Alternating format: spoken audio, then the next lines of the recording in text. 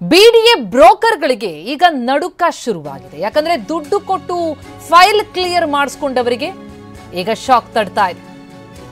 ಹಳೆಯ ಆಯುಕ್ತರ ನಿವೃತ್ತಿಯ ಅಂಚಿನಲ್ಲಿ ನೂರಾರು ಫೈಲ್ಗಳು ಕ್ಲಿಯರ್ ಆಗಿದೆ. ಯಾರೆಲ್ಲ ದುಡ್ಡು ಕೊಟ್ಟು ಫೈಲ್ ಕ್ಲಿಯರ್ ಮಾಡಿಸ್ಕೊಂಡಿದ್ರು ಅವರಿಗೀಗ ನಡುಕ. ತರಾತುರಿಯಲ್ಲಿ ಫೈಲ್ ಕ್ಲಿಯರ್ ಆಗಿದೆ ಅಂತ ನೂತನ ಆಯುಕ್ತರು ಗರಂ ಆಗಿದ್ದಾರೆ. ಕ್ಲಿಯರ್ ಆದ ಫೈಲ್ಗಳ ಮರುಪರಿಶೀಲನೆಗೆ ಈಗ ನೂತನ ಆಯುಕ್ತರು ಆದೇಶ ಕೊಟ್ಟಿದ್ದಾರೆ. ಬಿಡಿಎ ನೂತನ ಆಯುಕ್ತ ಮಣಿವಣ್ಣನ್ ಕೊಟ್ಟಂತಹ ಆದೇಶ ಇದು. ಎಲ್ಲ ಕಡತ ಪರಿಶೀಲಿಸಿ ವರದಿ ಕೊಡುವಂತೆ ಸೂಚನೆ ಕೊಟ್ಟಿದ್ದಾರೆ. ಆಯಾ ವಿಭಾಗಕ್ಕೆ ನೂತನ ಆಯುಕ್ತ ಮಣಿವಣ್ಣನ್ ಈ ಸೂಚನೆಯನ್ನ ಕೊಟ್ಟಿದ್ದು, ಕೋಟಿ ಕೋಟಿ ವಹಿವಾಟು ಮಾಡಿ ಬಿಡಿಎಗೆ ಲಾಸ್ ಮಾಡಲಾಗಿದೆ ಅಂತ ಗರಂ ಆಗಿದ್ದಾರೆ. ಭೂಸ್ವಾಧೀನ ವಿಭಾಗ ಉಪಕಾರ್ಯದರ್ಶಿಗಳಿಗೆ ಸೂಚನೆಯನ್ನ ಕೊಡಲಾಗಿದೆ. ಆಯುಕ್ತರ ಈ ನಡೆಯಿಂದ, ಈ ಸೂಚನೆಯಿಂದೀಗ ಬ್ರೋಕರ್ಗಳಿಗೆ ಢವಢವ. ಯಾರೆಲ್ಲ ದುಡ್ಡು ಕೊಟ್ಟು ಫೈಲ್ ಕ್ಲಿಯರ್ ಮಾಡಿಸ್ಕೊಂಡಿದ್ರು ಅವರಿಗೀಗ ನಡುಕ ಶುರುವಾಗಿದೆ. ಕೆಂಪೇಗೌಡ ಲೇಔಟ್ನಲ್ಲೂ ಪರಿಹಾರ ಕೊಟ್ಟಿದ್ರ ಬಗ್ಗೆ ಅನುಮಾನ ಇದೆ. ಹೀಗಾಗಿ ನೂರಾರು ಕೋಟಿ ಬಿಡಿಎಗೆ ನಷ್ಟ ಆಗಿರೋ ಸಾಧ್ಯತೆ ಇದೆ. ಅದರಲ್ಲೂ ಕೊನೆ ತಿಂಗಳಲ್ಲಿ ನೂರಾರು ಫೈಲ್ಗಳನ್ನ ಕ್ಲಿಯರ್ ಮಾಡಲಾಗಿತ್ತು.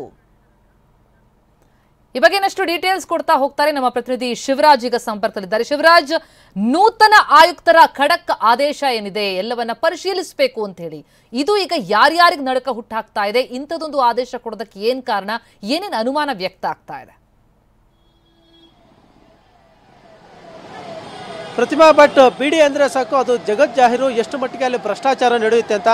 ಇದೀಗ ಅದಕ್ಕೆ ಹೊಸದಾಗಿ ನೂತನವಾಗಿ ಬಂದಿರುವಂತಹ ಆಯುಕ್ತರಾದ ಮಣಿವಣ್ಣನವರು ಒಂದು ಆದೇಶವನ್ನು ಹೊರಡಿಸಿದ್ದಾರೆ.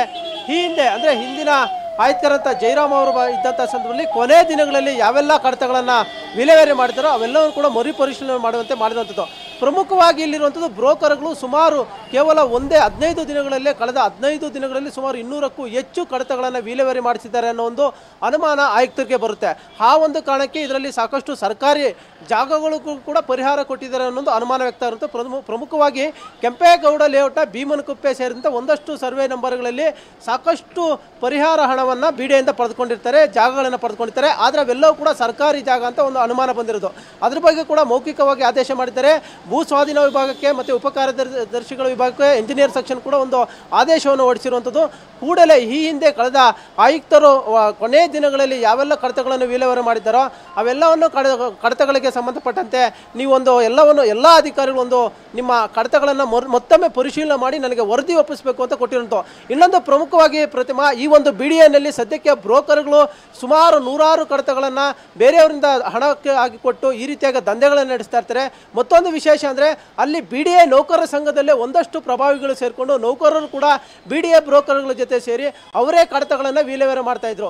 ಈ ಹಿಂದೆ ಜಯರಾಮ್ ಅವರು ಇದ್ದಂಥ ಸೆಕ್ಷನ್ನಲ್ಲಿ ಒಂದು ಪ್ರಭಾವಿ ವ್ಯಕ್ತಿಯೊಬ್ಬರು ಕೂಡ ಬಿಡಿಎ ನೌಕರ ಸಂಘದವನಾಗಿದ್ದು ಆತನೇ ಸುಮಾರು 100 ಫೈಲ್ ಮಾಡಿದ್ದಾನೆ ಅನ್ನೋದು ಆರೋಪ ಬಂದಿತ್ತು. ಆ ಒಂದು ಕೂಡಲೇ ಹೊಸದಾಗಿ ಬಂದಂತಹ ನೂತನ ಆಯುಕ್ತರು ಮಣಿವಣ್ಣನವರು ಅದನ್ನು ಕೂಡ ತನಿಖೆ ಮಾಡಬೇಕು. ಯಾಕಂದರೆ ಬಿಡಿಎನಲ್ಲಿ ಈಗಾಗಲೇ ಸಾಕಷ್ಟು ಅದ್ರ ಬಗ್ಗೆ ಬಿಡಿಎ ಅಂದರೆ ಸಾಕು ಭ್ರಷ್ಟಾಚಾರ, ಜನರು ಅಲ್ಲಿ ಬಂದರೂ ಕೂಡ ಕೆಲಸ ಆಗಲ್ಲ ಅಂತ ಆರೋಪಗಳಿದ್ವೆ. ಅದಕ್ಕೆ ಮುಕ್ತಿ ಕೊಡಬೇಕು. ಯಾಕಂದರೆ ಅರ್ಕಾವತಿ ಲೇಔಟ್ ಇರ್ಬೋದು, ಶಿವರಾಮ್ ಕಾರಂತ ಲೇಔಟ್ ಇನ್ನೂ ಕೂಡ ಆಗ್ತಾ ಇಲ್ಲ. ಅರ್ಕಾವತಿ ಲೇಔಟಲ್ಲಿ ಸೈಟ್ ಕಳ್ಕೊಂಡವ್ರಿಗೆ ಇನ್ನೂ ಕೂಡ ಸೈಟ್ ಕೊಡ್ತಾ ಇಲ್ಲ. ಕೆಂಪೇಗೌಡ ಲೇಔಟಲ್ಲಿ ಸೈಟ್ ಕಳ್ಕೊಂಡವರು ಮನೆ ಕಟ್ಟಕ್ಕೆ ಆಗ್ತಿಲ್ಲ. ಇಂಥ ಸಂದರ್ಭದಲ್ಲಿ ಬ್ರೋಕರ್ಗಳು ಮತ್ತು ಅಲ್ಲೊಂದಷ್ಟು ಪ್ರಭಾವಿ ನೌಕರರ ಸಂಘದವರು ಏನಿದ್ದಾರೆ ಅವರು ಮಾತ್ರ ಈ ರೀತಿಯಾಗಿ ಕೆಲಸಗಳನ್ನು ಮಾಡಿಕೊಂಡು ಬಿಡಿಎಗೆ ನೂರಾರು ಕೋಟಿ ಅಂದರೆ ಸುಮಾರು 500ಕ್ಕೂ ಹೆಚ್ಚು ಕೋಟಿ ನಷ್ಟವನ್ನುಂಟು ಮಾಡಿದ್ದಾರೆ ಒಂದು ಆರೋಪಗಳು ಕೂಡ ಕೇಳಿಬಂದಿತ್ತು. ಆ ಒಂದು ಕಾರಣಕ್ಕೆ ನೂತನವಾಗಿ ಬಂದಂಥ ಮಣಿವಣ್ಣನವರು ಕೂಡಲೇ ಒಂದು ಆದೇಶವನ್ನು ಹೊರಡಿಸ್ತಾರೆ. ಅಭಿಯಂತರ ಸದಸ್ಯರು, ಉಪಕಾರ್ಯದರ್ಶಿಗಳು ಮತ್ತು ಭೂ ಸ್ವಾಧೀನ ಅಧಿಕಾರಿಗಳು ಎಲ್ಲ ಸಂಬಂಧಪಟ್ಟಂತೆ ಒಂದು ವರದಿಗಳನ್ನು ಮಾಡಿ ನೀವು ಯಾವೆಲ್ಲ ಕಡತಗಳನ್ನು ಕಳೆದ 1 ತಿಂಗಳಲ್ಲಿ ವಿಲೇವಾರಿ ಮಾಡಿದ್ದೀರಾ, ಕೊನೆಯ ದಿನಗಳಲ್ಲಿ ಅದು ಕೂಡ ತರಾತುರಿಯಲ್ಲಿ ಸುಮಾರು 200ಕ್ಕೂ ಹೆಚ್ಚು ಫೈಲು ವಿಲೇವಾರಿ ಆಗ್ತವೆ, ಅದರಲ್ಲಿ ಸಾವಿರಾರು ಕೋಟಿ ವಹಿವಾಟುವಾಗಿದೆ ಅನ್ನೋದು ಅನುಮಾನ ಬರುತ್ತೆ. ಆ ಒಂದು ಕಾರಣಕ್ಕೆ ಈಗ ಒಂದು ಖಡಕ್ ಆದೇಶವನ್ನು ಮಾಡಿದರೆ ಕೂಡಲೇ ಅವೆಲ್ಲವನ್ನು ರಿಕವರಿ ಮಾಡ್ಕೊಳ್ಬೇಕು. ಇನ್ನು ಮುಂದೆ ಇಲ್ಲಿ ಬ್ರೋಕರ್ಗಳ ಹಾವಳಿ ಜಾಸ್ತಿ ಆಗಿತ್ತು, ಅದನ್ನು ತಪ್ಪಿಸಬೇಕು. ನೇರವಾಗಿ ಯಾರು ನಿವೇಶನವನ್ನು ಪಡ್ಕೊಳ್ಬೇಕು, ಯಾರು ನಿವೇಶನವನ್ನು ಕಳೆದುಕೊಂಡಿದ್ದಾರೆ ಅಂಥವ್ರಿಗೆ ನಿವೇಶನ ಕೊಡಬೇಕು. ಆ ಒಂದು ದೃಷ್ಟಿಯನ್ನು ಇಟ್ಕೊಂಡು ಇದೀಗ ಆದೇಶವನ್ನು ಹೊರಡಿಸಿದ್ದಾರೆ. ಇನ್ನೇನು ಕೆಲವೇ ದಿನಗಳಲ್ಲಿ ವರದಿ ಆದಷ್ಟು ಬೇಗ ಕೊಡಬೇಕು ಅಂತ ಕೂಡ ಹೇಳಿರೋದು. ಇನ್ನಾದರೂ ಬಿಡಿಎಗೆ ಒಂದು ಪಾರದರ್ಶಕತೆ ಬರುತ್ತಾ? ಯಾಕಂದರೆ ಬಿಡಿಎ ಅಂದರೆ ಸಾಕು ಭ್ರಷ್ಟಾಚಾರ ಅನ್ನೋ ಕೂಪ ಅನ್ನೋ ಹೆಸರಿದೆ. ಅದನ್ನು ಮುಕ್ತಿ ಕೊಟ್ಟು ನಿಜವಾಗ್ಲೂ ಕೂಡ ಯಾರೆಲ್ಲ ಸೈಟ್ ಕಳೆದುಕೊಂಡಿದ್ದಾರೆ ಅವ್ರಿಗೆ ಸೈಟ್ ಕೊಡ್ತಾರಾ? ಕೆಂಪೇಗೌಡ ಲೇಔಟ್ನಲ್ಲಿ ಸಾಕಷ್ಟು ಅವ್ಯವಸ್ಥೆ ಇದೆ. ಶಿವರಾಮ್ ಕಾರಂತಲ್ಲಿ ಇನ್ನೂ ಕೂಡ ಈ ಒಂದು ಇಂಜಿನಿಯರ್ ಸೆಕ್ಷನ್ ವಿಭಾಗ ಕೂಡ ಫಾಸ್ಟಾಗಿ ಕೆಲಸ ಮಾಡ್ತಾ ಇಲ್ಲ ಅನ್ನೋ ಆರೋಪ ಇದೆ. ಅವೆಲ್ಲವಕ್ಕೂ ಕೂಡ ಮುಕ್ತಿ ಕೊಡುವಂಥ ಕೆಲಸ ಮಾಡ್ತಾರೆ ಅನ್ನೋದು ಕುತೂಹಲ ಮೂಡಿಸುವಂತು. ಸದ್ಯಕ್ಕೆ ಈ ಹಿಂದೆ ಕಳೆದ ಒಂದು ಏನು ಜೂನ್ ಅಂದರೆ ಮೇ ತಿಂಗಳಲ್ಲಿ ಏನೆಲ್ಲ ಕಡತಗಳು ವಿಲೇವಾರಿಯಾಗಿದ್ವು ಅವೆಲ್ಲವನ್ನು ಕೂಡ ಎಂಕ್ವೈರಿ ಮಾಡೋಕ್ಕೆ ಮುಂದಾಗಿದ್ದಾರೆ. ಇದರಿಂದಾಗಿ ಬ್ರೋಕರ್ಗಳಿಗೂ ಕೂಡ ಯಾರೆಲ್ಲ ಫೈಲ್ಗಳನ್ನು ಹಾಕ್ಸ್ಕೊಂಡಿದ್ರು, BDAಗೆ ನಷ್ಟವನ್ನುಂಟು ಮಾಡಿದ್ರು, ಅದನ್ನು ವಾಪಸ್ ಪಡೆಯುವಂಥ ಕೆಲಸಕ್ಕೆ ಈಗ ಆಯುಕ್ತರು ಕೂಡ ಮುಂದಾಗಿರುವಂಥ ಎಲ್ಲೊಂದು ಕಡೆ BDA ಬ್ರೋಕರ್ಗಳ ಜೊತೆ BDAಲ್ಲೇ ಇರುವಂಥ ನೌಕರರ ಸಂಘದವರು ಕೂಡ ಸೇರಿಕೊಂಡು ಶಾಮೀಲಾಗಿ ಈ ರೀತಿ ಮಾಡ್ತಾ ಅನ್ನೋದು ಎಲ್ಲೋ ಒಂದು ಕಡೆ ಬೇಲೆ ಎದ್ದು ಹೊಲ ಮೈದಂತೆ. ಹಾಗಾಗಿ ಇವತ್ತು BDA ನಷ್ಟ ಕೂಪಕ್ಕೆ ತಳ್ತಾ ಇದೆ.